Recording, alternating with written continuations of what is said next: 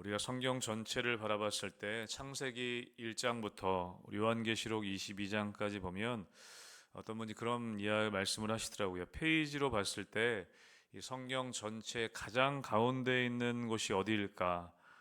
직접 아마 찾아보신 것 같은데 시편 118편 정도가 된다고 합니다. 그리고 그 시편 118편은 어떤 말씀으로 시작하고 있냐면 여호와께 감사하라라는 그런 말씀으로, 그런 선언으로 시작하고 있다는 것이죠. 그래서 다시 말하면 성경의 가장 중심에 있는 이야기, 성경 전체를 봤을 때 페이지 수로 봤을 때 가장 중심에 무엇이 있는가? 하나님께 대한 감사가 있다는 것입니다. 상징적인 것으로 의미로 이야기할 수 있다는 것이죠. 성경의 가장 중심에 감사가 있다는 것입니다. 오늘 본문도 여러분 시편의 곳곳에 나와 있긴 하지만 오늘 본문도 다윗의 찬양과 감사의 시가 기록되어져 있습니다. 조금 독특한 것이 있다면 이 앞쪽의 부분에 나와 있었던 시편 98편이나 시편 100편 같은 데 보면 새 노래로 여호와께 찬양하라. 또 시편 100편에서는 온 땅이여 여호와께 즐거운 찬송을 부를지어다.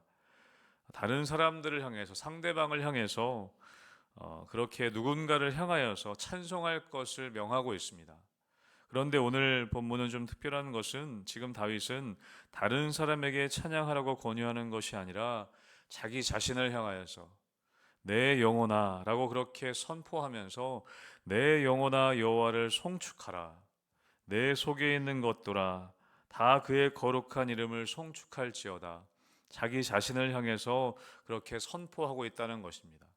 사랑하는 성도 여러분, 우리는 때때로 다른 사람들에게 감사하라고 이야기할 수 있지만 오늘 다윗처럼 우리의 영혼을 향하여서 선포하는 기도가 필요할 때가 있습니다.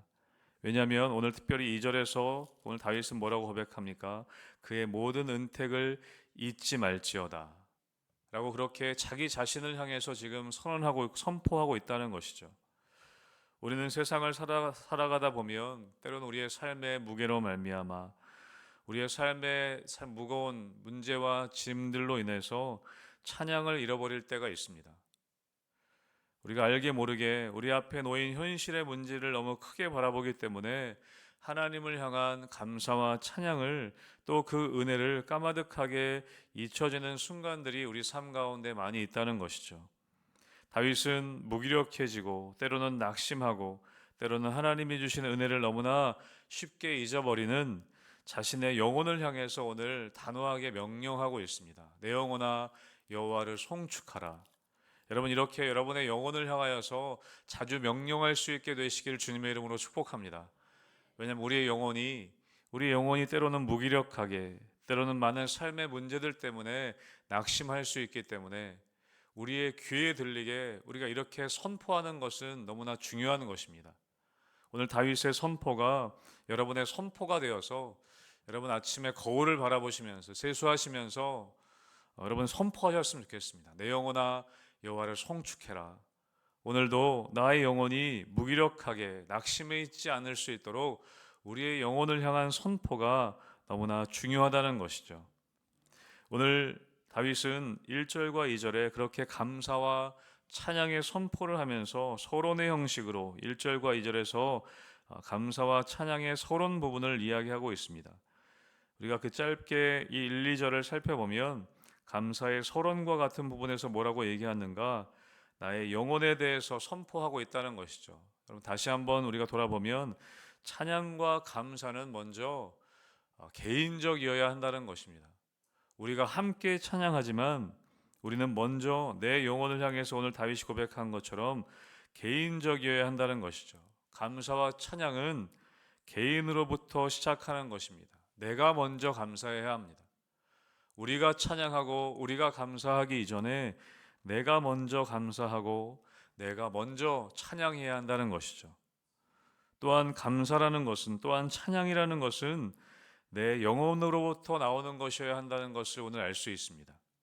입으로만 하는 것이 아니라 오늘 다윗이 나 자신의 영혼을 향해 선포하는 것처럼 감사와 찬양은 나의 속사람으로부터 깊은 곳에서부터 시작하는 감사여야 한다는 것입니다. 또한 감사는 무엇이고 찬양은 무엇이냐? 오늘 2절에 우리가 함께 나눠봤던 것처럼 기억하는 감사여야 한다는 것입니다. 감사와 찬양은 하나님이 주신 은혜를 잊지 않는 것으로부터 시작합니다. 그의 모든 은택을 잊지 말지어다. 우리가 이미 주신, 하나님이 나에게 나의 삶을 통해 이미 허락하신 그 은혜들을 기억하면서 간직하면서 돌아보면서 할 수 있는 것이 감사와 찬양이라는 것입니다. 여러분, 성령께서는 우리 안에 계셔서 그런 역할을 해주십니다. 기억나도록 나에게 주신 하나님의 은혜들, 나에게 주신 하나님의 감사할 것들을 기억나게 해주시는 분이 하나님이시고 성령 하나님이십니다. 우리가 그 성령 하나님을 의지하여서 기억하며 잊지 않으며 해야 하는 것이 찬양이고 감사라는 것이죠. 그렇게 오늘 다윗은 지금 자신의 인생을 돌아보면서 하나님께서 주신 은혜를 기억하면서 인생의 가장 감사의 순간들을 오늘 돌아보고 있습니다. 그리고 몇 가지를 기억하며 오늘 시를 쓰고 있는 것이죠. 여러분은 여러분의 인생을 다시 돌아봤을 때 하나님 앞에 가장 감사하고 찬양할 것이 여러분 무엇이 있겠습니까?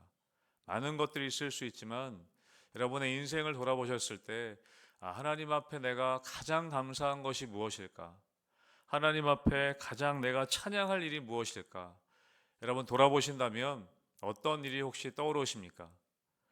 오늘 다윗은 자신의 인생을 돌아보면서 하나님의 은혜를 잊지 않아야겠다라고 하면서 자신의 인생 가운데 가장 귀한 감사의 기도 제목을, 가장 귀한 찬양을 오늘 이렇게 고백하고 있습니다. 여러분 3절의 말씀을 우리 같이 읽어보겠습니다. 3절 같이 읽습니다. 시작. 그가 내 모든 죄악을 사하시며 내 모든 병을 고치시며. 아멘. 오늘 다윗은 자신의 인생을 돌아보면서 짧게 1, 2절에 감사의 서론, 찬양의 서론을 지나서 자신의 삶을 돌아보았을 때 가장 첫 번째로 기억하는 감사와 찬양이 무엇인가? 3절에 이렇게 고백하는 것이죠. 그가 내 모든 죄악을 사하셨다.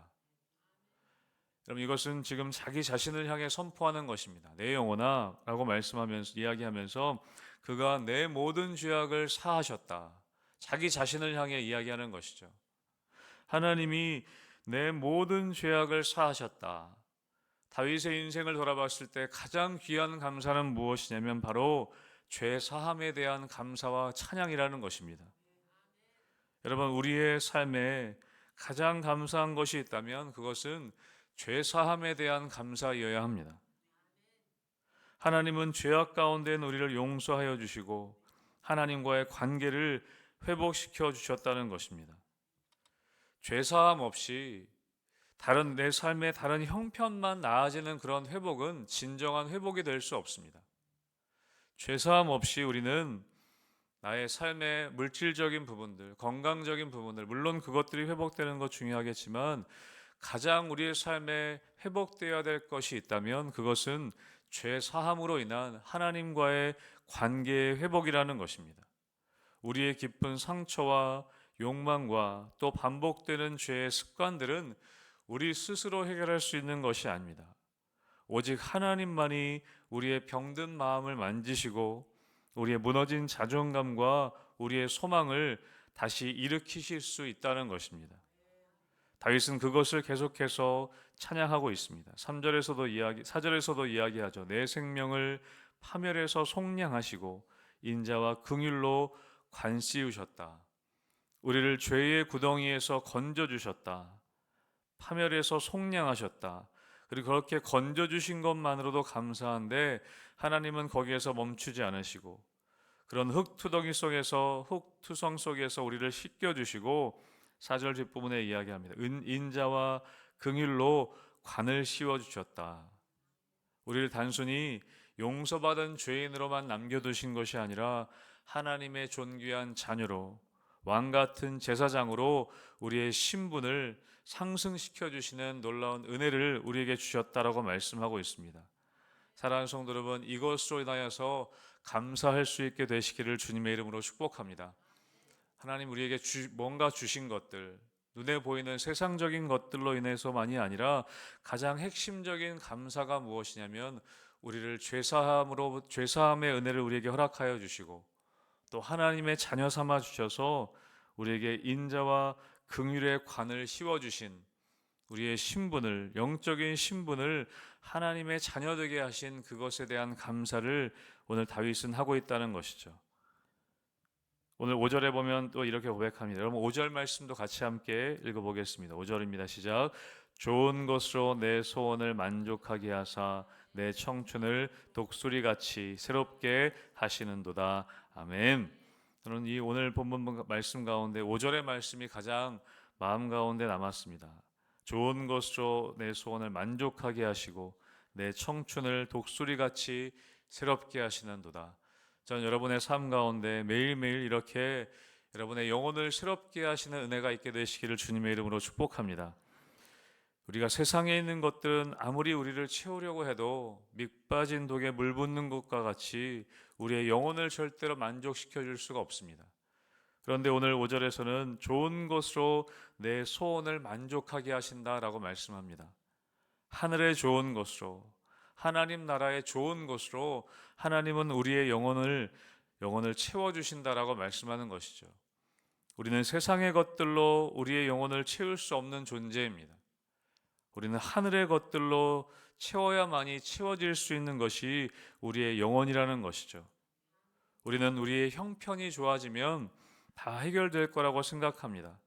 그러나 오늘 본문은 먼저는 죄의 문제, 우리의 영혼의 문제가 해결될 때 진정한 만족을 누릴 수 있는 것이 바로 우리라고, 하나님 믿는 우리라고, 창조하신 우리라고 그렇게 이야기하고 있다는 것이죠. 그리고 오늘 6절부터 11절 쭉 말씀 가운데는 그런 은혜를 베푸시는 하나님이 어떠신 분인지를, 하나님의 성품을 찬양하고 있습니다. 우리가 다 보진 않겠지만 6절과 7절에 보면, 6절에 보면 이렇게 되어 있습니다. 여호와께서 공의로운 일을 행하시고 억압당하는 모든 자를 위하여 심판하시는도다. 그리고 7절도 이야기하죠. 그의 행위를 모세에게, 그의 행사를 이스라엘 자손에게 알리셨도다. 이것은 애굽에서 노예 생활하며 압제당하던 이스라엘 백성들에게 신음소리를 들으시고 이스라엘을 출애굽해 주신 구원의 역사를 지금 찬양하고 있는 것입니다. 그리고 여러분 8절에 보면 우리가 하나님의 가장 귀한 성품이 드러나 있습니다. 같이 한번 여러분 마지막으로 8절 말씀 읽겠습니다. 시작. 여호와는 긍휼이 많으시고 은혜로우시며 노하기를 더디하시고 인자하심이 풍부하시도다. 아멘. 우리에게 은혜를 베푸시는 하나님의 성품을 이렇게 찬양하고 있습니다. 이스라엘 백성들은 광야 가운데 금송아지 우상을 만들고 하나님을 버리고 또 하나님을 배신했지만 하나님은 인자가 풍부하셔서 노하기를 더디하시는 분이어서 그들을 용서하시고 끝까지 가나안 땅으로 그들을 이끌어 가셨습니다. 오늘 그것을 계속해서 이야기하는 것이죠. 10절에 보면 우리의 죄를 따라 처벌하지는 아니하시며 우리의 죄악을 따라 우리에게 그대로 갚지는 아니하셨다라고 고백합니다. 우리의 죄를 따라 심판하신다고 하면, 우리의 죄를 따라 하나님이 처벌하신다고 하면 우리는 벌써 이 땅에 없어야 될 존재라는 것이죠. 그러나 하나님은, 하나님의 성품은 노하기를 더디하시고 긍휼이 많으시고 은혜로우시기 때문에 끝까지 참으시고 끝까지 우리를 돌아보시는 분이라고 우리에게 그렇게 말씀하고 있습니다. 오늘 다윗은 그 하나님을 찬양하고 있습니다. 사랑하는 성도 여러분, 우리의 삶에 때로는 우리의 삶의 문제들로 인해서 우리의 영혼이 때로는 무너지고 우리의 영혼이 때로는 무뎌질 때가 있습니다. 오늘 다윗은 그런 자신을 향해서 선포하고 있는 것이죠. 내 영혼아 여호와를 송축하라.